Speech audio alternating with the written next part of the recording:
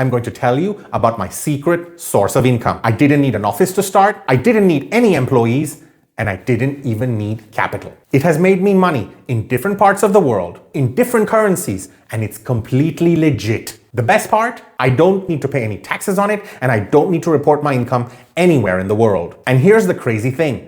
I didn't need any special qualifications, no fancy degree, and no specific training to start earning money from this source of income. Anyone can do this. And today, I'm going to let you in on the secret. Hi, my name is Niranjan.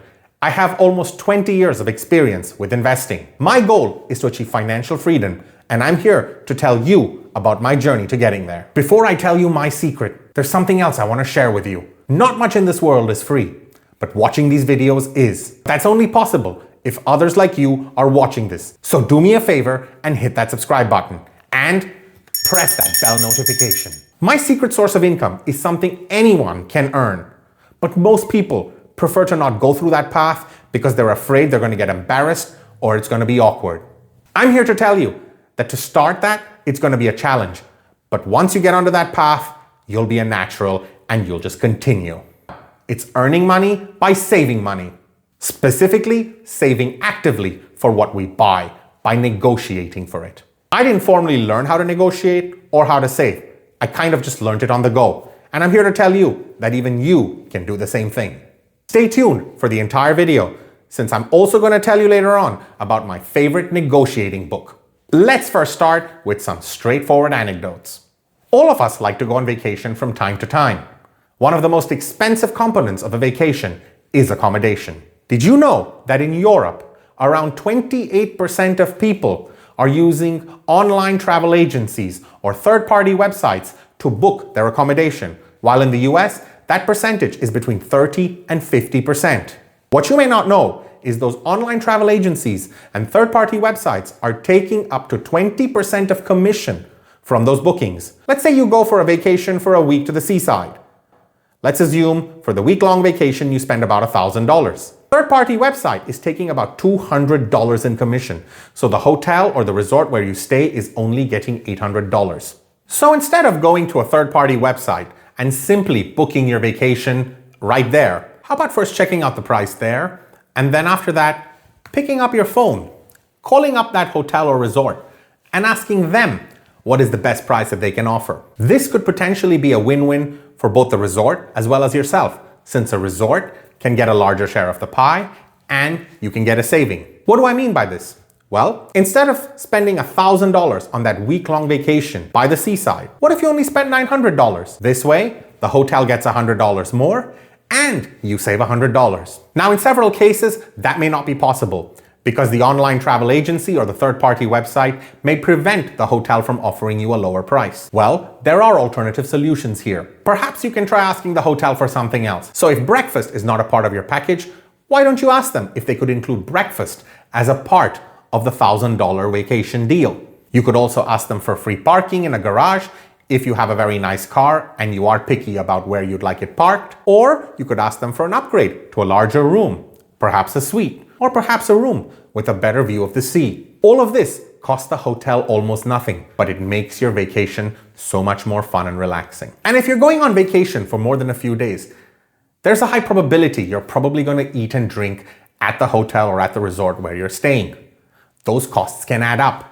Those cappuccinos, they may only be a few dollars, but then when you drink quite a few of them, that cost definitely does rack up. Most hotels are pretty satisfied to offer at least a 10, if not a 20% discount on the food and beverage if you're going to stay there for quite a few days. Remember, money saved is money earned. And if you don't ask, there's no chance you're going to get. I'd also suggest you think about the time you'd like to go. If you're going to go during high season, of course, the prices will be high.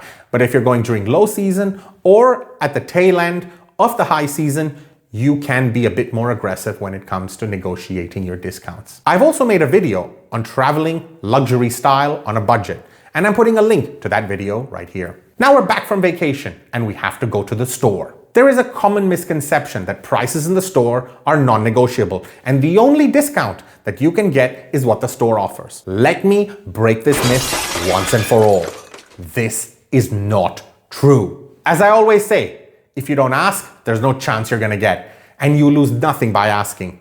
So please Ask if you can get a discount. When I was younger, I used to be really passionate about electronics and electronic components. I used to go to the electronics store almost every weekend to see what was the latest available on the market. Since then, this business has moved online, and brick and mortar stores have been substituted with online retailers. Most of us do a quick benchmark of prices online. Some of us go to the store and we simply buy the product online because it's a lot cheaper. What if I told you you could do the opposite? Take those online prices and go to the store. Tell the store manager you're happy to buy it from the physical brick and mortar store if they give you a slightly lower price to what you can get online. You'd be surprised. A lot of stores may even agree if you're willing to buy products from them in bulk or you're willing to give them repeat business. This has happened to me on more than one occasion. So how about you go and try it out? One thing I also love to buy is crystal.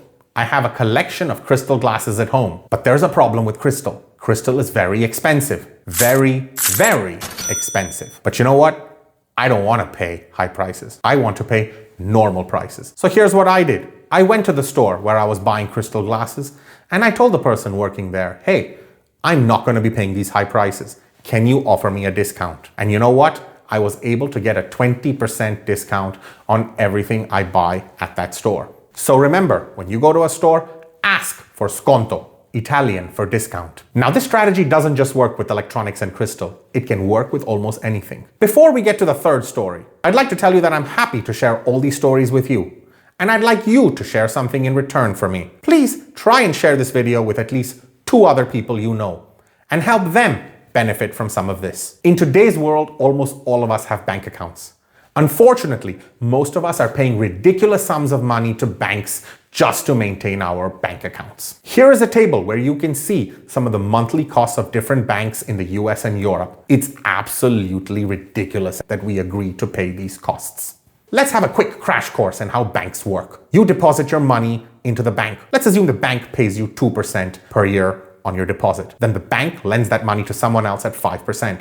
So the bank makes a 3% profit. In fact, according to the FDIC, banks in the US in the fourth quarter of 2024 made on average 3.28% per year on this spread, which is also known as the net interest income. So if the bank is already making money off your money by lending it to others, why should the bank be charging you every month for you to be doing a favor by giving the bank your money? Doesn't sound fair, right? So what did I do? I went and told the banks that I bank with that I am not paying this money. And you know what? In more than one occasion, I have successfully reduced the amount of money I pay the bank to almost nothing. In Europe, you have several neobanks that are charging you nothing to maintain the account or to even transfer money to other people. So what can you do? Well, talk to your banker today. Tell them you're not willing to pay this. Tell them you're giving them sufficient business and that they have no business to be charging you these kinds of monthly fees. Show them what the other banks are charging. Try and take an offer from another bank that's charging less or nothing and benchmark it. Credit cards are yet another robbery. I still cannot understand why I need to pay a credit card fee each year when banks are making money off people who do not pay their credit card bills on time. I've made another video on that and I'm putting a link here. While all these strategies can result in significant savings, it's important how you approach it. So here's what I do to achieve that. Number 1, doing my research. I check what competitors are offering. I check what are the differences, and I also see who's trying to give me the most value for my money. Number 2, let's say I'm negotiating for something at the store. I always try and listen to the person working there in terms of what they can offer. The key to negotiating a good deal is also to being a good listener. Number 3, I tell them what I'm willing to pay. And if they say no, I should always have a backup prepared. What is my next best offer? Next, I should explain to them clearly why I should be getting that discount and what value they would get from me, for instance, by being a long-term customer. And lastly, show that you're grateful. If you do get a discount, do say thank you, show that you're grateful, and once again, reiterate that you value your relationship with them. Lastly, I told you I would tell you about the book that I absolutely recommend to read if you want to know more about negotiations. It's called Never Split the Difference by Chris Voss. This is an amazing book written by a guy who was negotiating on behalf of the FBI for hostages. Thanks for watching. See you next time. Bye.